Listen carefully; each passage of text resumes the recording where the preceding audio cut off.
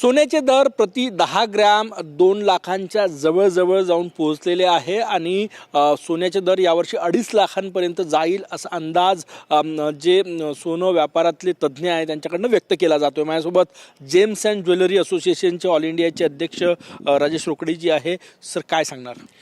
बघा, सोन्याच्या दरात विक्रमी वाढ झालेली आहे आणि ते अपेक्षित पण होते। मागच्या 2 ते 3 वर्षापासून आम्ही सांगतही होतो की सोन्याचा भाव खूप वाढत आहे म्हणून, आणि जर 1 ते 1.5 वर्षात बघितलं तर सोन्याचा भाव दुप्पटपेक्षा जास्त झालेला आहे आणि त्याच्या मागचे कारणं पण वेगवेगळे आहेत। जर सोन्यासाठी जर मी बघेल तर सोनं पूर्ण विश्वभरात खरेदी केल्या जातात आहे। ज्याप्रमाणे फेडरल रिझर्व्ह बँकचे रेट कट दिवसांदिवस कमी होत आहे, ते एक मोठं कारण आहे।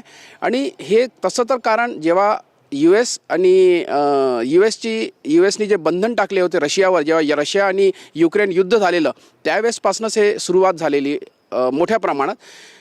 आणि रशियावर जे बंधन टाकलं त्यानंतर सगळ्या देशांना कळलेलं आहे की आपले रिसोर्सेस बाहेर ठेवण्यापेक्षा आपण गोल्डमध्ये कन्वर्ट करायला पाहिजे। एक अजून मी आकडा आपल्यासमोर ठेवतो आहे की 4 वर्ष आधीपर्यंत सगळे आपले फॉरेन रिझर्व्ह डॉलरमध्ये ठेवायचे आणि ते 80% फॉरेनमध्ये डॉलरमध्ये ठेवायचे। पण त्यांनी आता हळूहळू वर्ल्ड गोल्ड काउन्सिलच्या रिपोर्टनुसार जवळजवळ त्यांनी ती कमी केलेली आहे आणि 52% खाली आलेलं आहे। अर्थात जे काही कमी केलेलं आहे रिझर्व्ह ते सोन्यामध्ये ट्रान्सफर झालेलं आहे, ते एक मोठं कारण आहे आणि प्रत्येक देश याच्यासाठी म्हणून सोनं खरेदी करतात आहे। सोनं जवळजवळ 1,86,000च्या पुढे गेलेलं आहे प्रति 10 ग्रॅम। किती वाढेल? 2 लाखाचा टप्पा पार करेल का?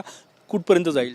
बघा, आजच्या तारखेला भारतात 1,86,000 विथ GST ऑलरेडी सोन्याचा दर झालेला आहे। 14,000 फक्त 2 लाखाला राहिलेले आहे। आम्हाला असं वाटत होतं की यावर्षी शेवटपर्यंत 2 लाख होईल, परंतु जानेवारी महिन्यातच 2 लाखाच्या जवळजवळ सोनं गेलेलं आहे।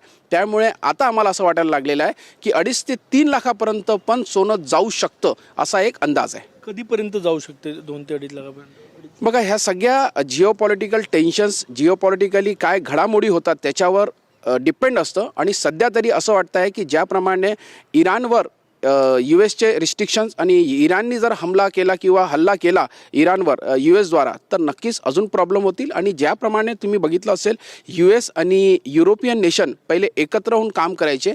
जर तुम्ही युक्रेन आणि रशियाच्या युद्धासाठी बघितलं असेल त्यावेळेस युरोपियन नेशननी खूप सपोर्ट केलेला युक्रेनला विथ सपोर्ट ऑफ US। परंतु जसं त्यांनी ग्रीनलँडवर अटॅक करायचं, व्हेनेझुएलाच्या राष्ट्रपतींना त्यांनी घेऊन सोबत गेलेले आहे। ग्रीनलँडला कुठे ना कुठे आपलं अस्तित्व ठेवायसाठी म्हणून US प्रयत्न करत आहे।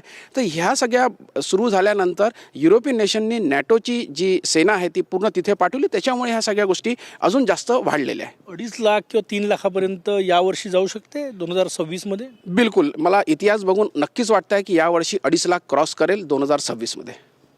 जे लग्न सराई आहे आता त्यांचं बजेटच कोलमडलेलं आहे। असं आहे की बजेट लोक पहिले थोडासा फिक्स करायचे की मला 10% किंवा 20% माझा जितका खर्च आहे तो लग्न सराईचा जे काही वेडिंग एक्सपेन्सेस आहेत तो आम्ही 10% सोने चांदीकडे वळवायचे। पण आता असं झालेलं नाही। त्यांनी आपल्या लग्नाच्या खरेदीत ते बघतात की माझी काय खर्च जे फिजूल होऊ शकते तो खर्च पण त्यांनी आता सोन्या चांदीच टाकला आहे। कारण पहिले सोनं खरेदी करताना आपल्या संस्कृतीला जपल्या जातं आहे, एक शृंगार म्हणून घेतलं जातं, परंतु आता इन्व्हेस्टमेंट म्हणून घेतलं जातं। त्याच्यामुळे कुठेही कमी नाही, उलट लोक जास्त घेतात आहे। चांदीच्या दरात पण प्रचंड वाढ होत आहे।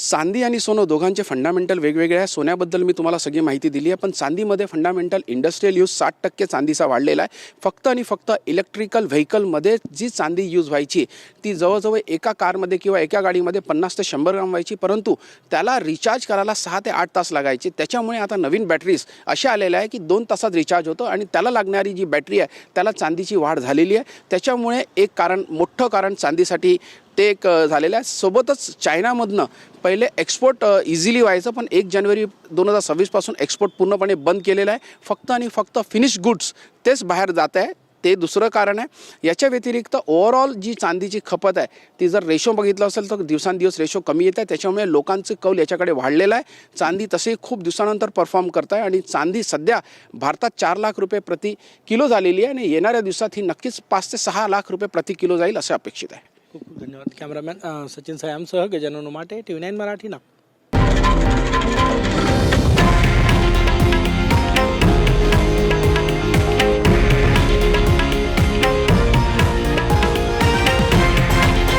हे आहे देशातील नंबर 1 न्यूज नेटवर्क आणि आपण पाहत आहात TV9 मराठी, एकमेव.